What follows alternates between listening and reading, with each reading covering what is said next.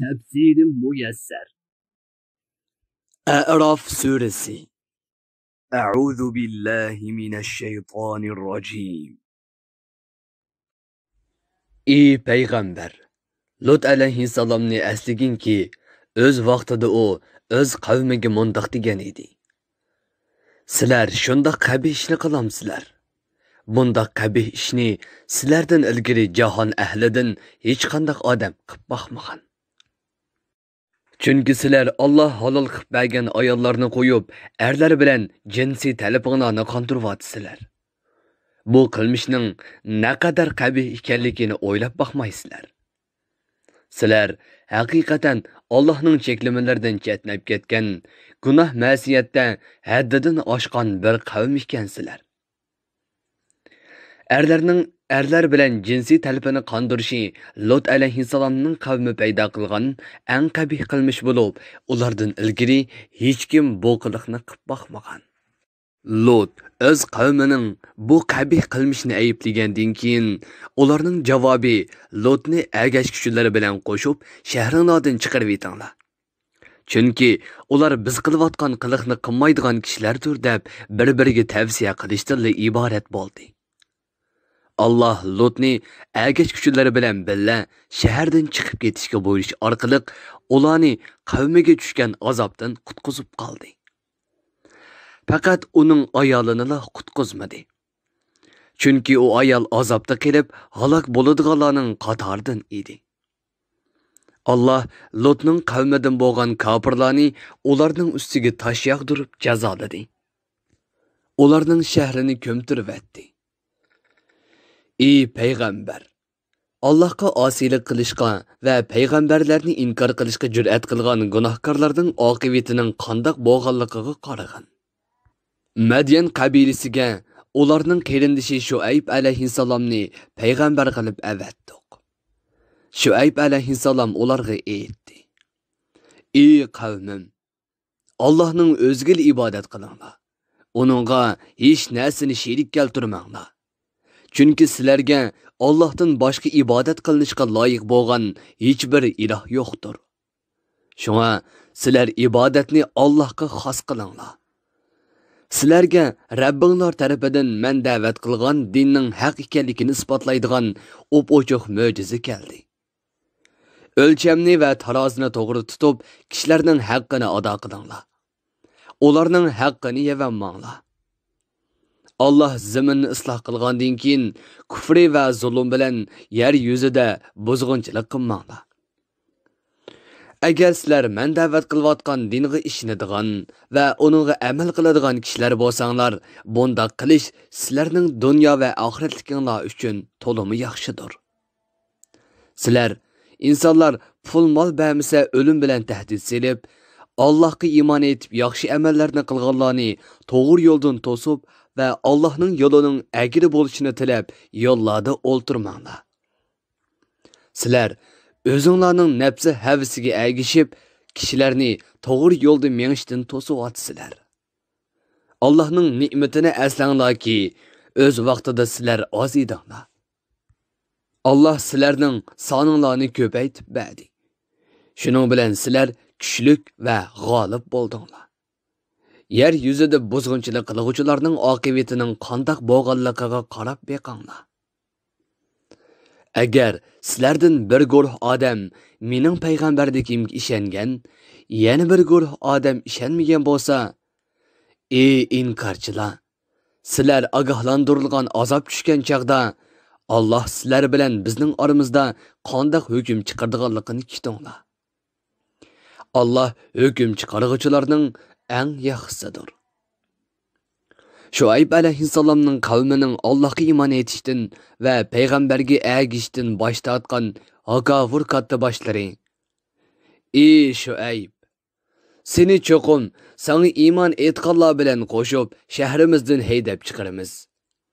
Yoki cho'qim bizning dinimizga qaytishinglar kerak, dedi. Shuayb ularning so'zini rad qilib ularga: Biz sizlarning dininglarning botil ekanligini bilgan va yoqtirmaydigan turib, yanala uningga ergishmizmi? dedi. Shuayb o'z qavmining ozg'inligini eskartib ularga: Allah bizni sizlarning botil dininglardan qutuldirgandan keyin yana biz onunga qaytsak, albatta Allah nomidan yolg'onni to'qigan bo'lamiz. Rabbimiz Allah xohlamog'icha biz sizlarning dininglarga hargiz qaytmaymiz. Rabbimizning ilmi hammani o'z ishiga oladi. O bandalarga nimaning foydali ekanligini obdan biladi. Biz hidoyat va nusrat talab qilishdan faqatla Allohga tayanamiz. Ey Rabbimiz, biz bilan qavmimiz o'rtasida haq hukm chiqargin. Sen hukm chiqaruvchilarning eng yaxshisisan. Shuayb alayhissalomning qavmining kufrda chang turgan katta boshlari kishilarni onunga ergishib ketishdan ogohlantirib, agar sizlar Shuaybga ergashsanglar, shubhisizki cho'qim halok bo'lasizlar dedi. Ularga qattiq zilzila yuzlanish bilan ular uylarida halok bo'lib, murdalarga aylanib qoldi. Shuayb alayhissalomni yolg'onchi deganlar butunlay halok bo'lib, go'yo u diyorda yashamagandek bo'lib ketdi. Chunki ularning diyori vayron bo'lib, ularning hech bir izi qolmadi. Ular dunyo va oxiratda qattiq ziyon tortdi. Shuayb ularga qattiq azob yuzlanadiganligini bilgandan keyin ulardan yuz o'rib: "Ey qavmim, men sizlarga Rabbimning farmonlarini yetkizdim. Allohning diniga kirish va butlarga cho'qinishdan voz kechish to'g'riliq nasihat qildim. Ammo sizlar mening nasihatimga quloq solmadinglar. Menga itoat qilmadinglar.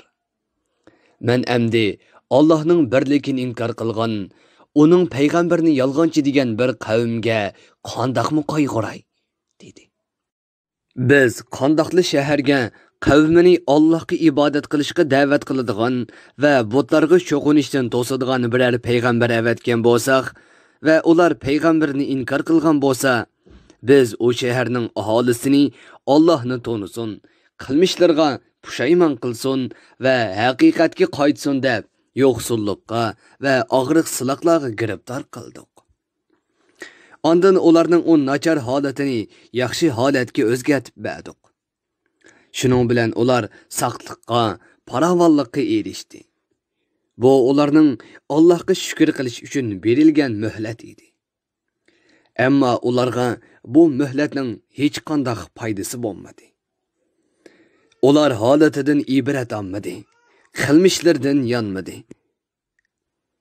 Haddidan eshib, bu zamonning taqozzosidir.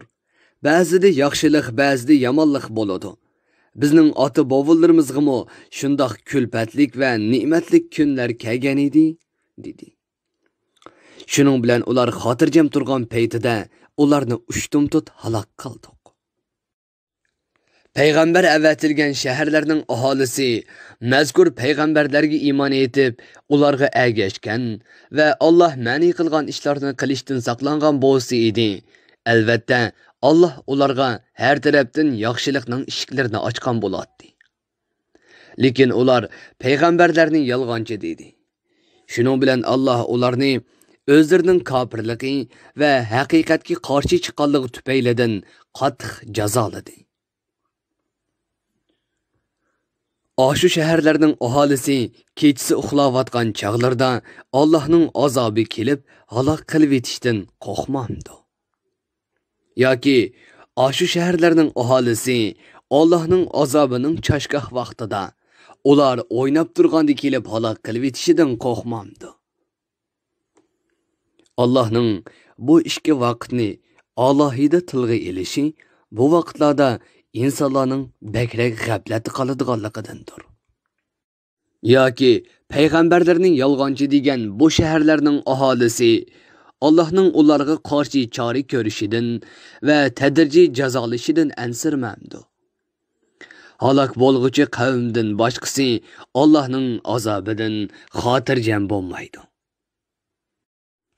Qilmishlari tufaylidan halok qilinganlardan keyin zamonda ularga varislik qilguvchilar, Agar biz xohlasak, ularning gunohlari sababli burunqilarni halok qilgandek halok qilib yetadiganligimizni bilmadimi? Biz ularning dillarini pechatlab etimizda, ular vaz nasihatni anglamaydigan, dilga haq so'z kirmaydigan bo'lib qoladi. Biz bayon qilgan shaharlar Nuh, Hud, Salih, Lut va Shuayb qatorliq payg'ambarlarning shaharlari bo'lib, ey payg'ambar, kishilar ibrat olsin.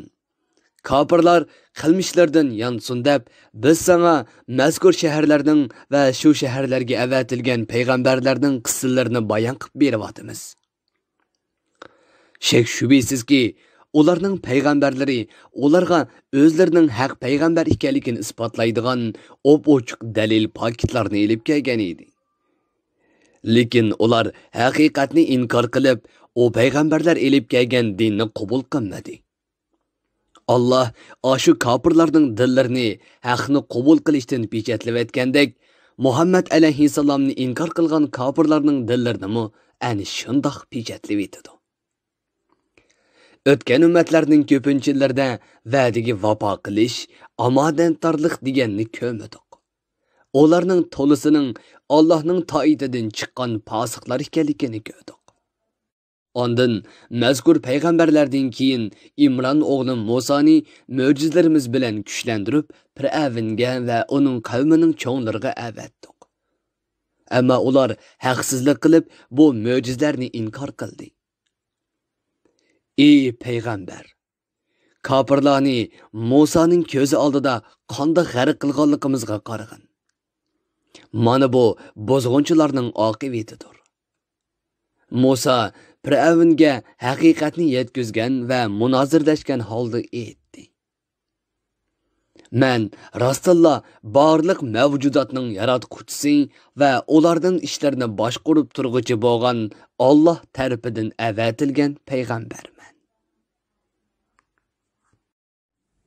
Tafsirim muyassar. Bir guruhi ulamolar nashrga tayyorlagan. Tarjima qilguvchi Muhammad Yusuf Muhammad Tursun. Muharrir Abdurrahim Davlat. Korrektor Abdulaziz Aqhun. 2020 yanvar 1-nashri. Teklimakan Uyg'ur nashriyoti tarafidan nashr qilingan. Mikrofon oldida İmran Abdug'ani Sadai. Bu asar avlod detallarida tarqitildi.